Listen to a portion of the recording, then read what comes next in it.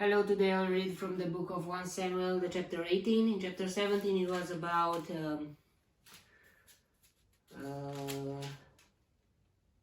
David and Goliath. And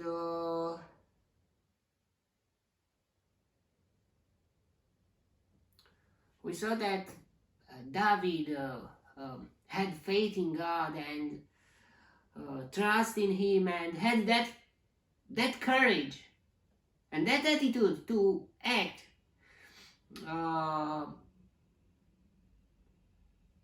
And it was very wow.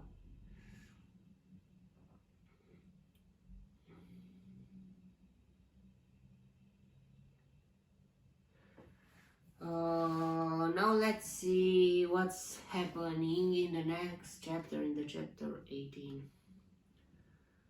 After David had finished talking with Saul, Jonathan became one in spirit with David, and he loved him as himself. Why? Because Jonathan was a brave soldier too.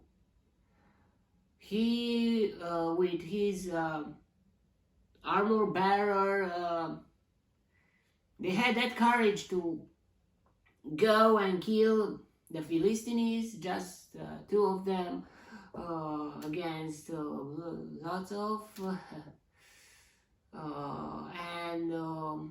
yeah, he saw that bravery in David, that much bravery that even Jonathan had no courage against Goliath. And Jonathan became one in spirit with David, and he loved him as himself. From that day Saul kept David with him and did not let him return to his father's house. And Jonathan made a covenant with David because he loved him as himself. Some of the people think that there is about sodomy or something like that, but it's not. It's about friendship, a very good friendship, a very close friendship. When you find a friend, a real friend, there are just few people in this life, a few people. And there are not so many people, let's say like that, that they find friends, and friends that are in one spirit together. And the Bible said that we, the church, should be like that. But we, I don't know, maybe some of them are, I am not. I never was, and I don't know. It's like I was born like that, a bit of antisocial, and that's how God created me. Some of the people, oh, it's your choice, it's your. Maybe it's more than just that.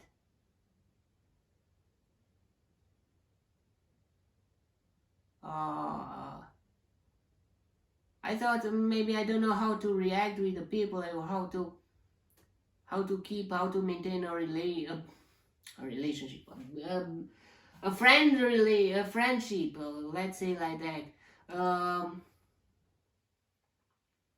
or yeah, even a relationship.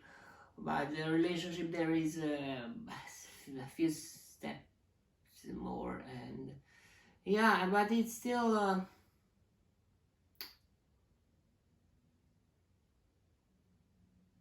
Yeah, I was like that, and I don't know. I was just myself, and somehow I am. I mean, I am with my family, my parents and my brothers and sisters, somehow, but I'm alone, and that's why I wanted God. I wanted to meet God, because I don't relate on any people. Oh, they are Pentecostal. Oh, yeah. They are Orthodox. Oh, okay. They are Adventist, or they are Baptist. They are classmates. They are your room, your classmates or something like that. But yeah, yeah, that's weird a bit. Okay.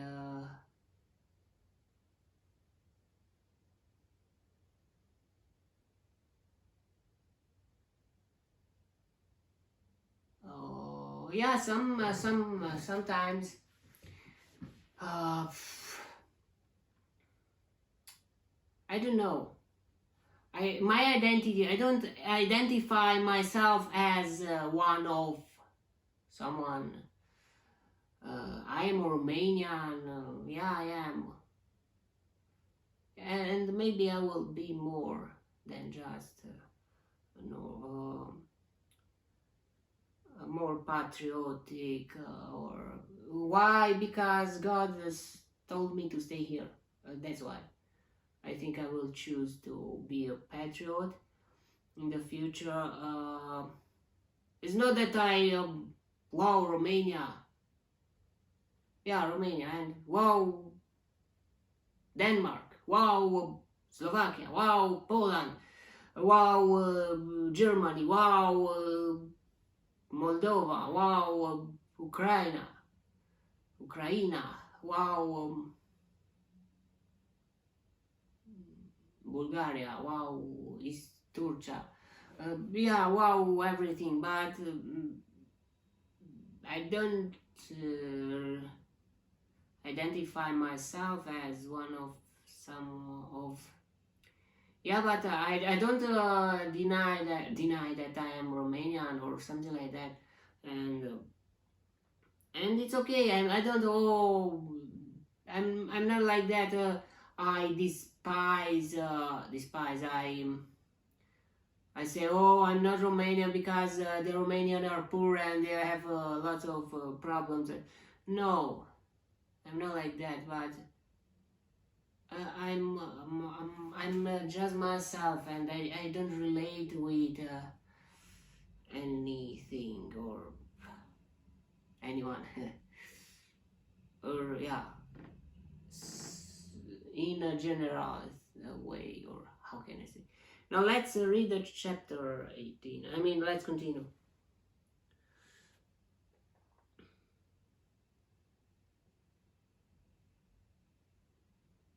And Jonathan made a covenant with David because he loved him as himself. Jonathan took off the robe he was wearing and gave it to David, along with his tunic and even his sword, his bow, and his belt. Wow. He loved him more than himself. Whatever Saul sent him to do, David did it so successfully that Saul gave him a high rank in the army. This pleased all the people and Saul's officers as well. So yeah, it was just an intro in a public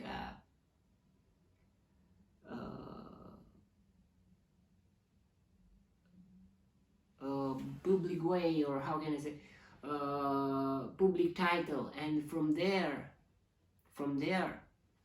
he became pleased all the people more and more, and yeah.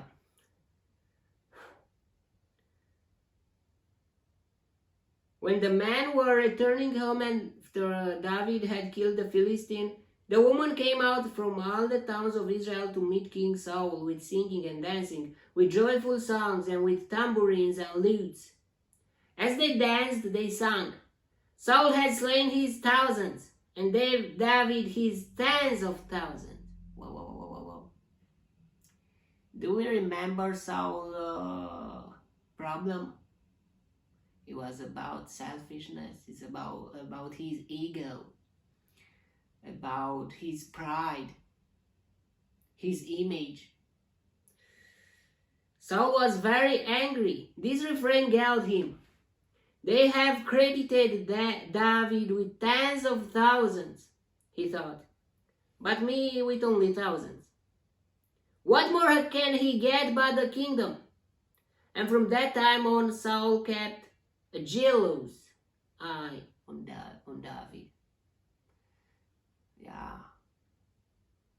Maybe when you are so successful, even some people, they saw you that you are wow, and they helped you, and because they liked the way that God was with you, and He gave you success in everything you did. But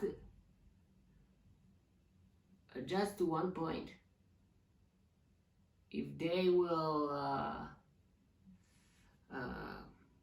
if you will become more popular than them, maybe they will become your enemies, because it's about their own pride, and it's about their character. And the Bible, what should we do in that on that thing? Then if not we must change ourselves.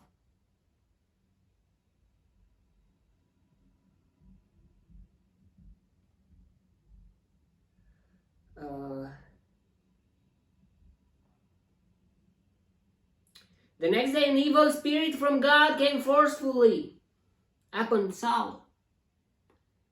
That evil spirit of selfishness, of ego, of pride.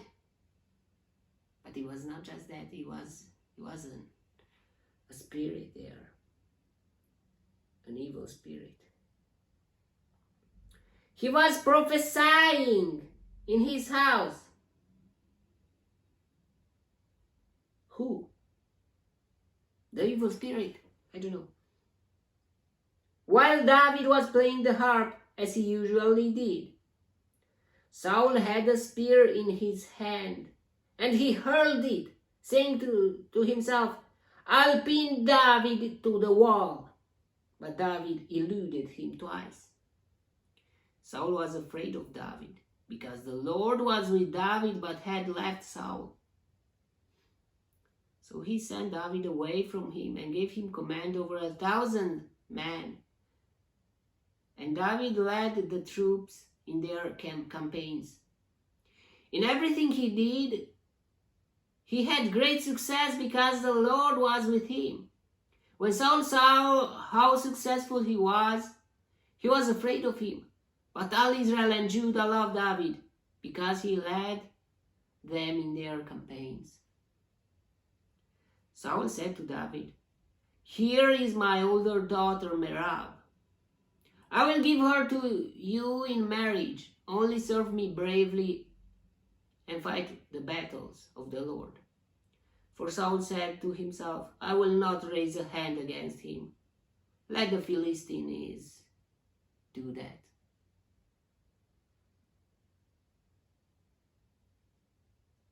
It was like the Philistines' thoughts when they sent Goliath.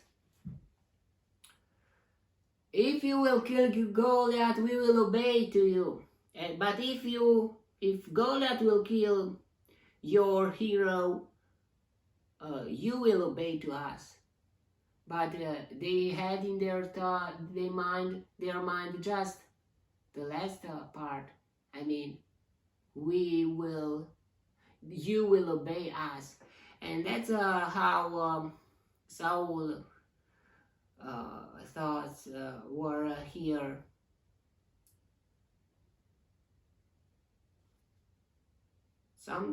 Once the Philistines will kill David, and I will escape from him. Why? Because he touched my pride. He was a concurrent, and he was a rival. He became a rival.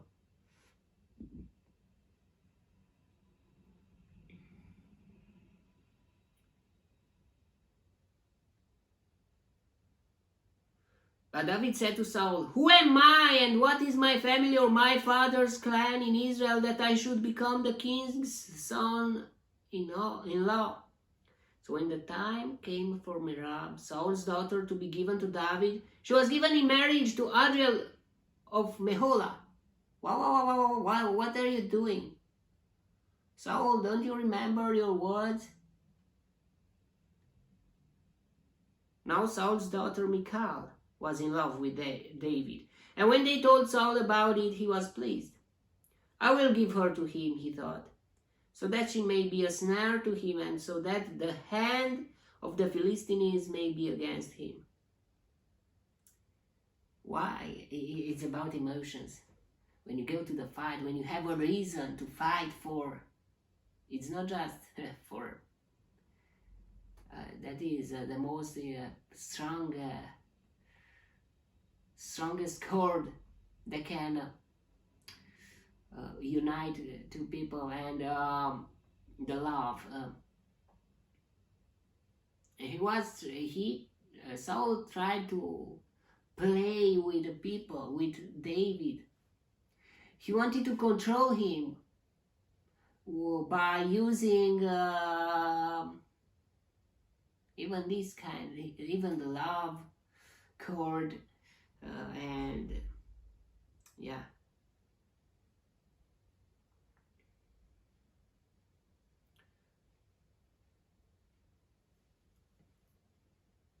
So Saul said to David, now you have a second opportunity to become my son-in-law. Yeah, but what happened there? Why? Then Saul ordered his attendants, speak to David privately and say, look, the king is pleased with you, and his attendants are like you. Now become his son-in-law. They repeated these words to David. But David said, do you think it is a small matter to become the king's son-in-law? I'm only a poor man and little known. When Saul's servants told him what David had said, Saul replied, say to David, the king wants no other price for the bride than 100 Philistine foreskins to take revenge on his enemies. Saul's plan was to have David fall by the hands of the Philistines. When the attendants told David these things, he was pleased to become the king's son-in-law. So before he allotted time elapsed, David and his men went out and killed 200 Philistines. He brought their foreskins and presented the full number to the king so that he might become the king's son-in-law. He told just 100, but they killed 200. Then Saul gave him his daughter Michal in marriage. When Saul realized that the Lord was with David and that his daughter Michal loved David, Saul became still more afraid of him.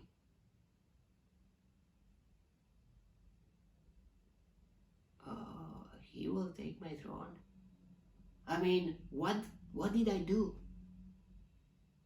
I thought that is a trap to kill him. But what did I do? Look what happened. What happened?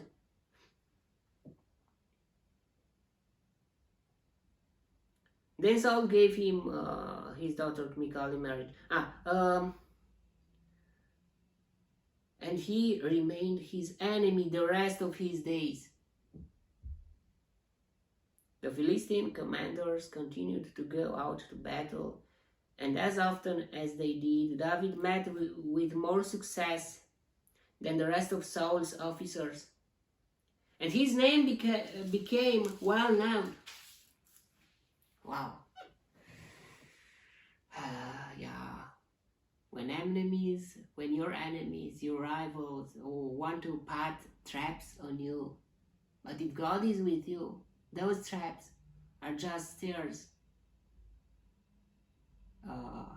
to raise up more, to strengthen yourself. And yeah, it was like Joseph. You cannot change what God wants. Never. And if you want to try to change something, maybe from even that thing will lead into what God wants, because God is in control of everything. And it's so amazing when Joseph's brothers tried to kill him. Oh, yeah, they wanted, but after that they sold him, and uh, they wanted to escape from him, and they said, oh, he was a dreamer.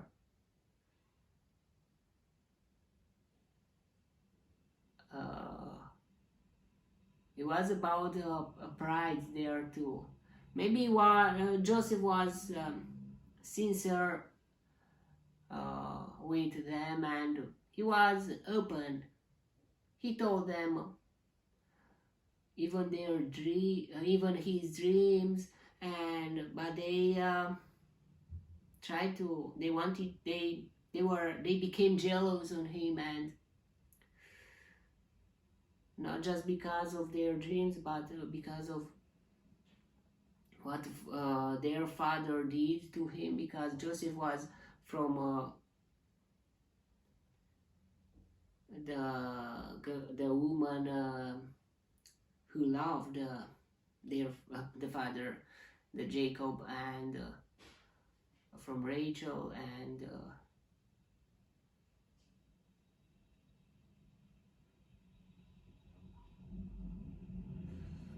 yeah,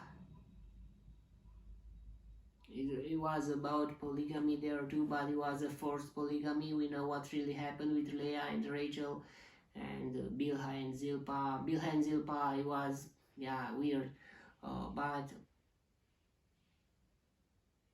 yeah, um, that was a chapter, and we see God is in control, but we must be with God. If we will lose God, I mean, the only thing that can stop, or maybe sometimes even that cannot stop, if it's a thing that is a permanent thing that God wants, that something to happen, it really happens without any if. But if there is some, like, if you do that, if you that depends on you, on you, on your attitude, on what are you doing. And if you don't forget about God, if you're looking for God and for to accept His will into your life, He, the God, will help you out, and the things will happen like God said. But you must be with God, you must look for God, you must pray to Him, and to never give up. It's a very interesting thing that we are amazed by God, and how God are God is an architect of our soul, and more than everything. Yeah, God created everything, and everything is yeah, were so beautiful, and there still are lots of things that are very beautiful, but still, more than that, God is the architect of characters, and that is really amazing. It's the most amazing thing. You're looking to nature, you're looking to birds, to animals, to plants, to flowers, to trees, to mountains, to hills, to sea, to waters, to rivers, and so on, to the sky, to the clouds, to the sun, to the moon, to the stars. But there is something like way more than that. not way. It's like maybe it's the unseen things. Maybe they are much deeper than the things that are to be seen. And I'm amazed by how God is working into people's hearts, people's minds. When God transforms some people and they are turned to God. And not just that, from the beginning of our life, God is present there. And it transforms us. It gives us lessons to learn that are not even our parents are not giving. But the life itself, I mean, God, in the back of it, and things are happening. And yeah, it's about normal life, that you are a child and you grow up, and about this, it's about your identity, your character, your personality, your you're born with some things. I mean, you're born with. I am weak on that, and I am strong on that. With some plus and some minus. Every person are like that. Maybe some people are minus in other things. Some people are plus there and minus in other. And it's about your character and about what life's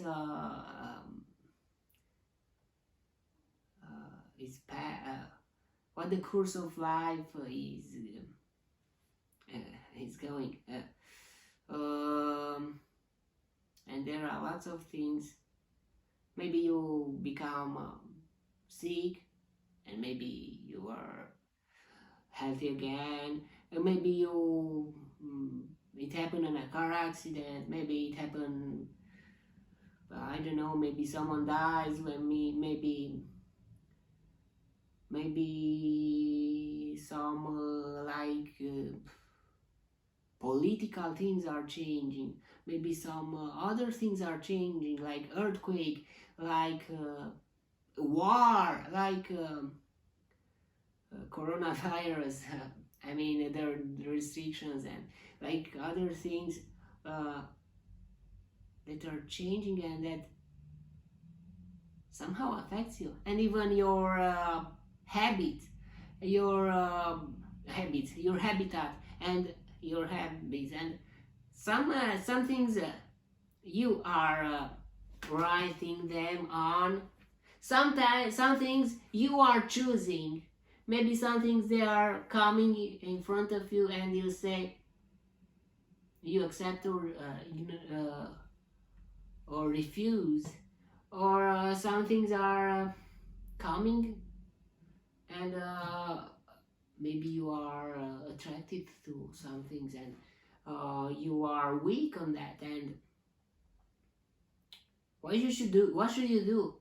I mean, maybe you didn't know what is inside of you. You didn't know your personality. What was your DNA? What did you have in your DNA? What the minus and pluses? But your attitude changed everything too. You accept or ignore. You want to fight, or you want to accept everything, and there are lots of things, and I'm amazed about this, about the architecture of our life and our personality, and about relationship between people, and lots of and friendship, and lots of things are very some things are affecting you inside, outside, from the things that are happening, from the persons uh, you are with, and it's very complex. Human being is a very complex thing, and I'm amazed, I don't understand the human racing totally, because there are lots of things to learn from that, and wow. Okay, that was the chapter. May the God bless me, protect me, and delight me in the next chapter too. And if He wants, you will see me there too. God bless you all, and goodbye.